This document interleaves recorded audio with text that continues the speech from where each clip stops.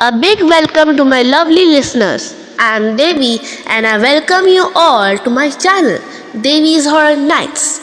Your regular visit to my channel and the ways you show your interest motivates me to bring more stuff like this. Please like, share, and subscribe to my channel to keep me motivated. If any of my new YouTube family members or new listeners have missed any story previously shared on this channel, then can check the playlist. I have always been interested to listen to true scary incidents. My dad is a fantastic storyteller. He has a bag of all types of tales. Whenever we get the time and he is in a mood, I never miss the opportunity of hearing something interesting from him. While listening to his ghost stories, time flies off like a snap of your finger. His ghost stories give me goosebumps. I hope someday he will appear on my channel to tell some of his exciting and chilling stories from my YouTube family members.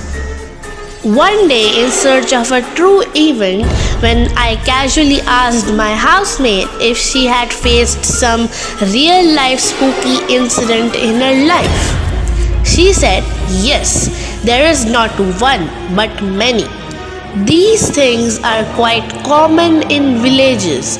With excitement, I said, "Then what are you waiting for? Share some with me." That day, she narrated a few incidents. I will share all those creepy occurrences with my listeners. Today, I start with one such incident. But yes, here I need to give a disclaimer that the intention of this channel is not to generate belief in spirits. Real life spooky moments are shared here. You'll certainly hear them as a story. One day, my housemate's newly wedded daughter, after taking bath in a pond, was sitting under a tree next to the pool to let her hair dry. In villages, people usually bathe in these types of small water bodies. She had long hair. It was a daily habit to sit for a few minutes beside the water body, chatting with other ladies. On that specific day, her husband was not at home and there was hardly anybody near the pond. She sat there quietly, lost in some thoughts. This incident occurred in the winter season. Every day she used to have lunch with her husband, but today he was not coming for a lunch, so she thought of spending more time under the tree. After sitting there for nearly an hour, slowly she moved towards her house. It was nearly 1 p.m. and she was not feeling hungry, so she thought to lie down for some time and later will have lunch if she feels like it.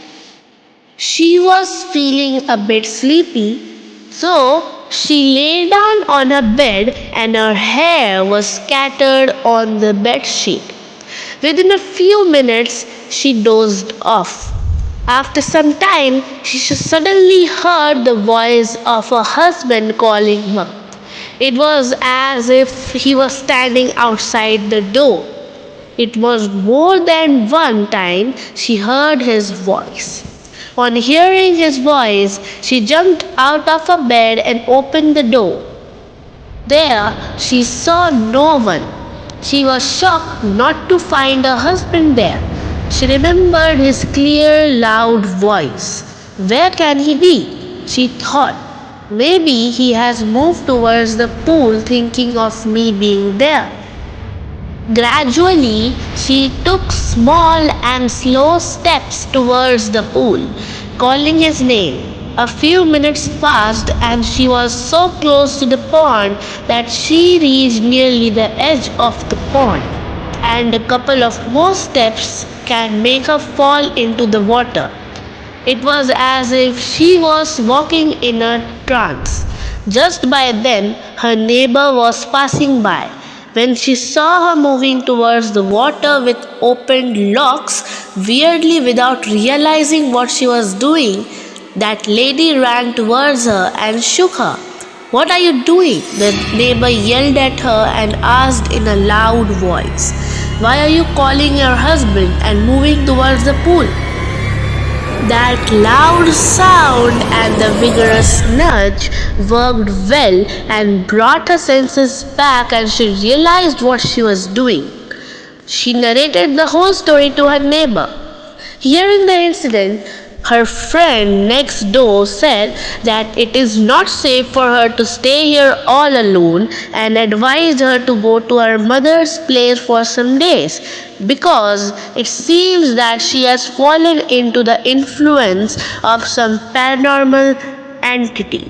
Still in a transcendental state, she slowly moved back home. The next day, with her husband's permission, she came to her mother, who is a housemaid.